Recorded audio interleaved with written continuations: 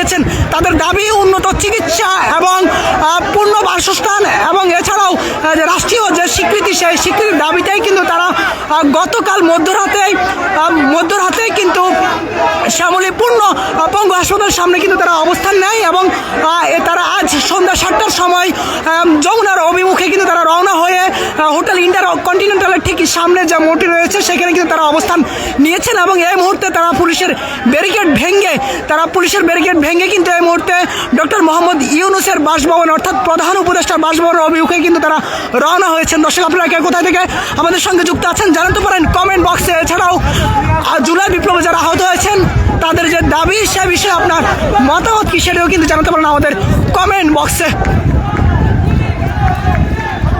দর্শক, একটু যদি দেখানোর চেষ্টা করি, তারা এই মুহূর্তে পুলিশের ব্যারিকেড ভেঙে আমরা যেমন দেখতে পাচ্ছি বাংলাদেশের সেনাবাহিনীর সদস্যরা কিন্তু এই মুহূর্তে তাদেরকে চেষ্টা করছেন যাতে করে ভিতরে প্রবেশ না করতে পারে, কিন্তু চেষ্টা করছেন পরিবেশ নিয়ন্ত্রণে আনার জন্য। কিন্তু এখন পর্যন্ত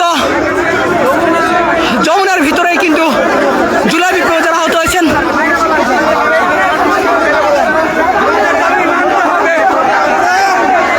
যেমনটি দেখতে পাচ্ছেন বাংলাদেশ সেনাবাহিনীর সদস্যরা সেনাবাহিনীর ব্যারিকেড ভেঙে কিন্তু তারা ঢুকে পড়ছেন।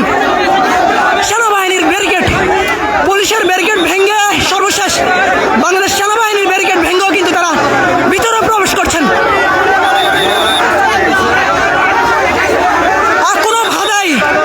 কোনো ভাদাই তাদেরকে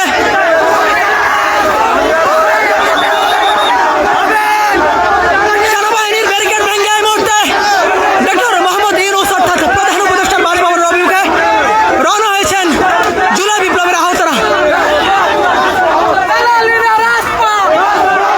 দর্শক, যেমনটি দেখতে পাচ্ছেন বাংলাদেশ পুলিশের পাশাপাশি সেনাবাহিনীর ব্যারিকেডও ভেঙে ফেলেছেন জুলাই বিপ্লবের আহতরা।